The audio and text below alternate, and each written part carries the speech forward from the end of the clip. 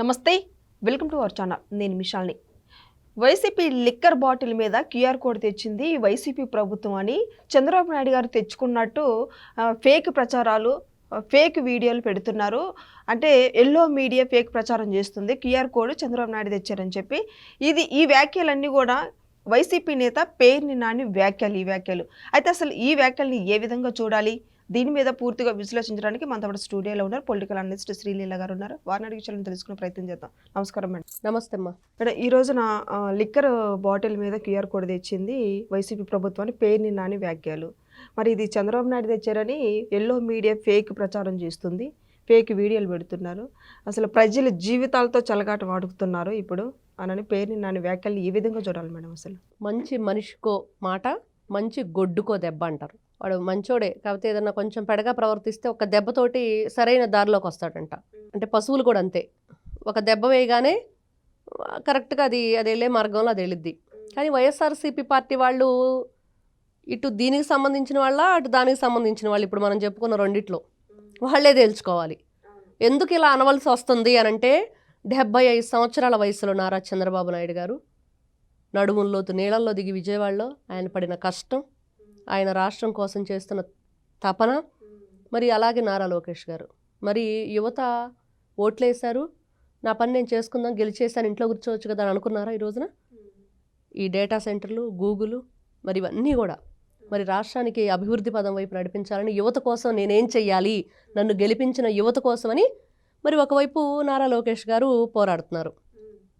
మరి ఇంత ఇదిగా జరుగుతూ ఈ రోజున కూటమి ప్రభుత్వం రాబోయే ముందు మనం చూసాం ఏం జరిగింది రాష్ట్రంలో. అంటే ఈ మద్యానికి బానిసలై ఎంతమంది వాళ్ళ ప్రాణాలు పోగొట్టుకున్నారు, ఎంతమంది అవయవాలు చెడిపోయి ఈ రోజున వాళ్ళు అంటే చికిత్స చేసినా కూడా ఇంకా వాళ్ళకి నయం కాని పరిస్థితిలో బెడ్ రీడింగ్లో ఉన్నారు. ఎంతమంది ఆడపడుచులు తాళిబొట్లు తెగిపోయినాయి. ఎంతమంది ఈ రోజున వైసీపీ నాయకులు ఆ డబ్బుని కొల్లగొట్టి మనీ రూటింగ్ చేశారు, మనీ లాండరింగ్ చేశారు. మరి ఇప్పుడు మీటింగ్ పెట్టిన పేర్ని వెంకట్రామయ్య అలియాస్ నాని గారు చెప్పాలి. క్యూఆర్ కోడ్ అప్పుడే ఉంటే మరి ఈ దొంగలు ఇప్పుడు ఎందుకు దొరికారు? అప్పుడే దొరకొచ్చు కదా. అంటే మీరు సరైన పరిపాలన చేయలేదా, సరైన క్యూఆర్ కోడ్ పెట్టలేదా, సరిగ్గా మీరు అప్పుడు పరిపాలన కొనసాగించలేదా? మరి దానికి ఒప్పుకోవాలి కదా. పురంధరేశ్వరి గారు వెళ్ళి ఎందుకు మీరు ఓన్లీ క్యాష్ తీసుకుంటున్నారు అడిగినప్పుడు ఏం సమాధానం చెప్పలేదు ఎందుకు మీరు? మరి అప్పుడు సమాధానం చెప్పాలి కదా. ఇదిగో మేము క్యూఆర్ కోడ్ పెట్టాము, జే బ్రాండ్ అని చెప్పి క్లియర్గా కనిపించిద్ది, ఇది తాగితే చచ్చిపోతారని కనిపిస్తే దాంట్లో అర్థమైపోతుంది, దానికి ఇదిగో ఒక పద్ధతి కానీ తయారు చేసే విధానం కానీ అది ఏంటనేది కూడా దాంట్లో ఉండదు, మరి జే బ్రాండ్ మాత్రమే కనిపించిద్దని అప్పుడు చెప్పొచ్చు కదా. మనం చూసాం వాళ్ళు ఏం చేశారు అనేది. ఇప్పుడు కూడా అదే డిస్టిలరీస్, అదే బెవరేజెస్ ఇప్పుడు కూడా అదే రన్ చేస్తున్నారంటే రన్ చేయటం కాదు, దాంట్లో ఎలాంటి మద్యం తయారవుతుంది అనేది ముఖ్యం. అది కదా వాళ్ళు చెప్పాలి ఫస్ట్. ఈరోజు కూడా కూటమి ప్రభుత్వం అధికారంలోకి వచ్చాక అదిగో అదే డిస్టిలరీస్తో వీళ్ళు టైఅప్ అయ్యారు అని అంటే, డిస్టిలరీస్ ఓకే, మీరు గతంలో ఏం చేశారు? 2019 ముందున్న డిస్టిలరీస్తోనే మీరు తయారు చేయించారు. అదే ఎలాంటి మద్యం తయారు చేయించారు? 2 సార్లు విజయసాయి రెడ్డి ఇంట్లో మీటింగ్ పెట్టుకొని దాన్ని ఎన్ని రకాలుగా ఫిల్టర్ చేయాలి, దాంట్లో వాడే ముడి పదార్థాలు ఏంటి, మరి ఆ నిల్వ చేయకుండా ఒకవేళ ఆ మద్యాన్ని డైరెక్ట్గా ప్రజల్లోకి వెళితే వాళ్ళకి ఎలాంటి హానికరమైన ఇబ్బందులు ఏర్పడుతున్నాయి అని చెప్పి తెలిసినా కూడా మాకు డబ్బే ప్రాధాన్యం, డబ్బే ముఖ్యం, డబ్బుకు లోకం దాసోకం, మేమంతా డబ్బు మనుషులు, డబ్బు లేకపోతే మేము బ్రతకం చస్తాం, ప్రజలు చచ్చినా పర్వాలేదు, మాకు మాత్రం డబ్బు కావాలన్నది ఎవరు? ఈ రోజున నకిలీ మద్యం కేసుకు సంబంధించి ప్రజలు ప్రాణాలతో చెలగాటం ఆడుతున్నారని పేర్ని నాని వ్యాఖ్యలు. ఆ మాట ఆయన 2019 నుంచి 24 మధ్య జరిగిన దానికి చెప్పాలి. ఈ రోజున ఎవరు మీద కుట్ర పనటానికి నకిలీ మద్యాన్ని తయారు చేశారు, మరి ఎవరు ఈ అద్దేపల్లి జనార్దన్ రావు ఎందుకు తన ఫోన్ని ఆఫ్రికాలోనే వదిలేసి వచ్చాడు, మరి ఆ ఫోన్లో ఏ డేటా ఉంది? వీళ్ళంతా ఒక దొంగల ముఠ. వీళ్ళు చెప్తారు ఇంకో దొంగ కథ. ఎందుకంటే అదంట పాపం దొంగలు కొట్టేశారంట ఆఫ్రికాలో. తెలుసా మీకు ఆ విషయం? అద్దేపల్లి జనార్దన్ రావు ఫోన్ని ఆఫ్రికాలో దొంగలు కొట్టేశారంట. ఇంకొక డబ్బా ఫోన్ పెట్టుకుని వచ్చి ఆఫ్రికా నుంచి ఇండియాలో దిక్కతలకే ఫ్రెండ్కి అంటగట్టేశాడు. అది కూడా ఏంటి బాబు ఏమైందంటే, అరే నా ఫోన్ ఆఫ్రికాలో దొంగలు కొట్టేశారని చెప్పేసి ఒక దొంగ కథ చెప్పాడు. ఏం చేయాలి? దొంగ అరుస్తున్నట్టుందో నానిగారి ప్రెస్ మీట్ ఈ రోజున.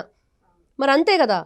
ఈ రోజున నారా చంద్రబాబు నాయుడు గారి నాయకత్వంలో కూటమి ప్రభుత్వం ముందుకు వెళుతుంటే నేను చూసే మోడీ గారు వచ్చారు. ఏం చెప్పారు? మా సపోర్ట్ ఫుల్గా ఉంది, మేమంతా కూడా రాష్ట్రానికి అభివృద్ధి పదం వైపు తీసుకువెళ్ళడానికి మా వంతు సహాయం చేస్తామని. ఇంకొక వైపు పవన్ కళ్యాణ్ గారు చెప్పారు, 15-20 సంవత్సరాలు నారా చంద్రబాబు నాయుడు గారి ఆలోచనలతోటి, ఆయన అనుభవంతో నారా లోకేష్ గారు, నేను, మోడీ గారు అందరం కూడా ముందుకు తీసుకెళ్తాం రాష్ట్రాన్ని. లోకేష్ గారు చెప్పారు, యువతని ఏ విధంగా తీర్చిదిద్దాలి, వాళ్ళకి మంచి భవిష్యత్తుని ఇవ్వాలి అనే ధ్యేయంగా మేము ముందుకెళ్తున్నాం.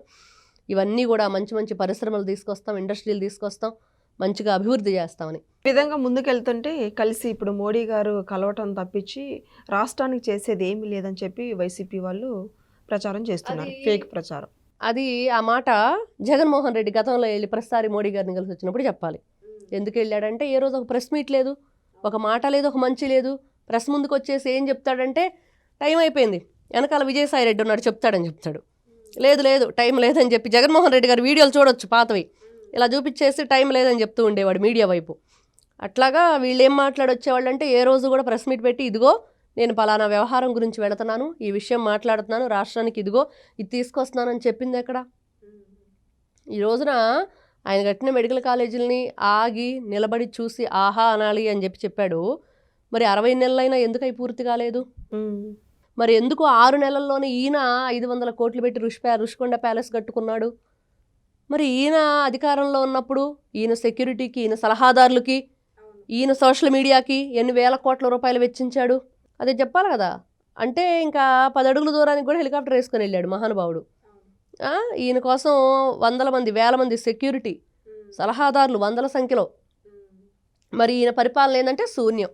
మరి అలాంటి పరిస్థితిలో వాళ్ళు భయంకరమైన పరిపాలన అందించి అసలు ఎలాంటి మద్యం తాగిచ్చారు ప్రజల చేత, ఎలాంటి మద్యాన్ని వీళ్ళు తయారు చేశారు, ఎలాంటి మద్యాన్ని వీళ్ళు ప్రజలకి వాళ్ళ జీవితాలను సర్వనాశనం చేయడానికి ఉపయోగించారంటే ఈ రోజున క్యూఆర్ కోడ్ తెచ్చింది నేనే అని ఈయన అంటాడు. బంగారుపాళ్యం మామిడి రైతులకు ఈ రోజున డబ్బులు పడ్డాయి అంటే 172 కోట్ల రూపాయలు, దాదాపుగా 173. ఆ డబ్బులు అంట రోజు ట్వీట్ చేస్తే పడ్డాయంట. ఇదేంటి విచిత్రం, జగన్మోహన్ రెడ్డి బటన్ నొక్కటం అనుకుంటుందేమో, నేను ట్వీట్ చేస్తే వాళ్ళు డబ్బులు వేశారంటే. అక్కడ రైతు కష్టాన్ని చూశారు కాబట్టి వాళ్ళ కష్టం తెలుసుకుని నారా చంద్రబాబు నాయుడు గారు ఎప్పుడో ఈ దండుపాళ్యం బ్యాచ్ బంగారుపాళ్యం ఎళ్ళక ముందే ఆయన ప్రకటించారు, ఇదిగో కేజీకి ఇన్ని రూపాయలు ఉంటుంది, ఇన్ని రూపాయలు మేము మద్దతు ధర ప్రకటిస్తున్నాం అని చెప్పి. ఈ రోజున కొత్తగా వీళ్ళు ఉద్ధరించింది ఏంటి? ఎందుకు ఈ విధంగా చెప్తున్నారు? కూటమి ప్రభుత్వం ప్రైవేటీకరణ చేస్తున్నారు గవర్నమెంట్ మెడికల్ కాలేజీలు. అసలు దేని నకిలీ మద్యం జరుగుతున్నా కూడా నోరు విప్పి మాట్లాడట్లేదు. పేరుని నాని వ్యాఖ్యలు మేడం. అసలు ఈ రోజున అదే ఆయన టార్గెట్. ఇప్పుడు కాపు సామాజిక వర్గానికి చెందిన పేరుని నాని ఇంకొక కాపు సామాజిక వర్గానికి చెందిన పవన్ కళ్యాణ్ గారిని తిట్టాలి జగన్మోహన్ రెడ్డి టార్గెట్ ఇచ్చాడు, అందుకని చెప్పి అడుగుతున్నాడు. నిన్న ఎవరో ఫేస్బుక్లో ఒక స్క్రీన్ షాట్ పెట్టారు. అంటే వాళ్ళ దానిలో పెట్టుకున్నారు, వాళ్ళ అకౌంట్లో. ఏంటి అంటే ఆవిడ అకౌంట్ వేరే, ఆవిడ క్యాస్ట్ వేరే, కానీ ఆవిడ మాత్రం పెట్టే పోస్టులు మాత్రం కూటమికి ఏదైతే కమ్మ కాపుకి గొడవలు పెట్టే పోస్టులు. ఇలా ఉంటాయి వీళ్ళ వ్యవహారం. అదే టీడీపీకి చెందిన వ్యక్తులు క్వశ్చన్ చేస్తే వాళ్ళని బ్లాక్ చేసిందంట ఆవిడ. మరి ఏం చెప్పాలి ఇట్లాంటి వ్యక్తులు? నువ్వు ధైర్యంగా నిజం చెప్పే సమాజానికి మంచి చేసే వ్యక్తి అయితే ఎందుకు బ్లాక్ చేస్తావు? సమాధానం చెప్పు. నువ్వు కూడా పోస్టులు పెట్టి మరి వాళ్ళ గురించి మీరు పోరాడాలి. కొంతమంది వ్యక్తులు ఎలా ఉంటున్నారు అంటే ఈ రోజున పేరుని నాని పవన్ కళ్యాణ్ గారి గురించి మాట్లాడుతున్నారంటే, పవన్ కళ్యాణ్ గారు ఎక్సైజ్ శాఖ మినిస్టర్ కాదు కదా. అవును, ఎక్సైజ్ శాఖ మినిస్టర్ కొల్లు రవీంద్ర గారు ఆయన ఉన్నారు, ఆయన మాట్లాడారు, దీని గురించి పూర్తి వివరాలు తీశారు. ఈ రోజున ఎంక్వైరీ జరుగుతుంది. అక్కడ ఇబ్రహీంపట్నంలో ఎవరున్నారు, ఇక్కడ మొలకల చెరువులో ఎవరున్నారు, ఏం జరుగుతుంది ఈ తంబళపల్లి నియోజకవర్గంలో అనేది బయటకు తీశారు. కాబట్టే ఈ రోజున మీరు ఏం చేయాలో అర్థం కాక అక్కడ కోడిగుడ్డు మంత్రి ఏమో కోడిగుడ్డు మీద ఈకలు బిగుతున్నాడంట. ఎవరో ఆయన పేరు గుడివాడ అమర్నాథ్. కోడి గుడ్డు పెట్టాలి, కోడిని ఇవ్వదు కదా, కోడి గుడ్డు పెట్టాలి, గుడ్డు పిల్లవాలని చెప్పిన మహానుభావుడు ఇప్పుడు గుడ్డు మీద ఈకలు బిగుతున్నాడు. వీళ్ళు కూడా వెళ్ళి ఆ ఈకలు బిగితే సరిపోయింది. ఎందుకు ఇవన్నీ?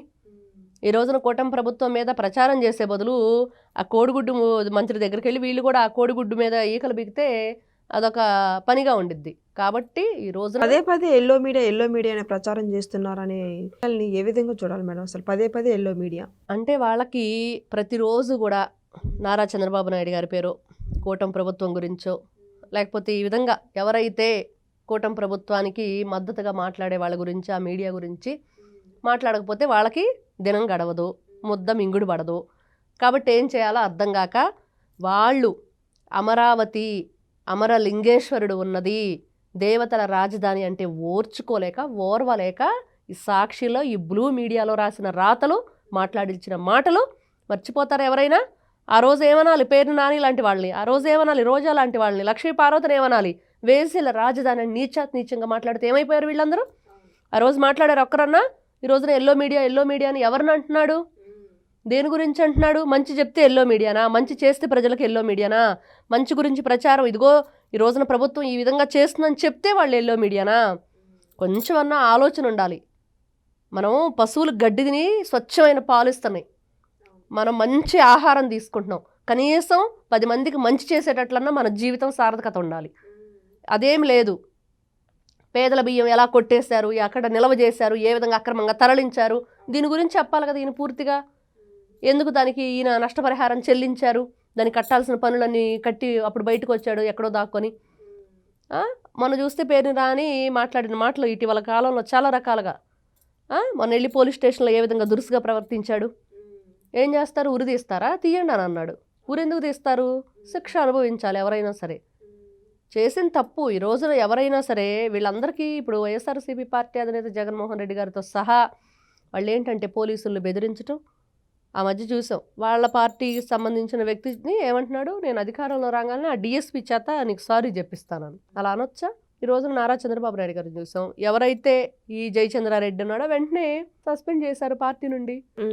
మరి జగన్మోహన్ రెడ్డి ఏం చేశాడు? ఒక్కరినన్నా ఈ రోజున ఎంతమంది అరెస్ట్ అయ్యారు మద్యం కుంభకోణంలో, ఇంతమంది మరి ముందస్తు బెయిల్ కోసం అప్లై చేసుకుంటున్నారు, ఇంతమంది మరి ఈ రోజున జోగి రమేష్ దగ్గర నుంచి రకరకాలుగా వాళ్ళ మీద ఇదిగో ఆరోపణలు కనిపిస్తూ ఉన్నాయి, మేము రెడీ మరి మేము నిరూపించుకుంటామని అంటున్నారు తప్పించి జగన్మోహన్ రెడ్డి గారు ఒక ప్రెస్ మీట్ పెట్టి మరి ఈయన సమాధానం చెప్తున్నాడా? ఒక్కరు ఛార్జ్ షీట్ పట్టుకొని మాట్లాడుతున్నారా మద్యం కుంభకోణం గురించి? మరి పేరు నాని ఏ మొహం పెట్టుకుని ఈ రోజున మీడియా ముందుకు వచ్చి వెంకటరామయ్య గారు మాట్లాడతారో అర్థం కాని పరిస్థితి. కాబట్టి వీళ్ళు మాట్లాడే మాటలన్నీ కూడా ఎలా ఉన్నాయి అంటే వాళ్ళు మేం చేసామనుకోవటం కోడిగుడ్డు మీద ఈకలు బిగుతున్నట్లే ఉన్నాయి. Thank you madam. నమస్తే.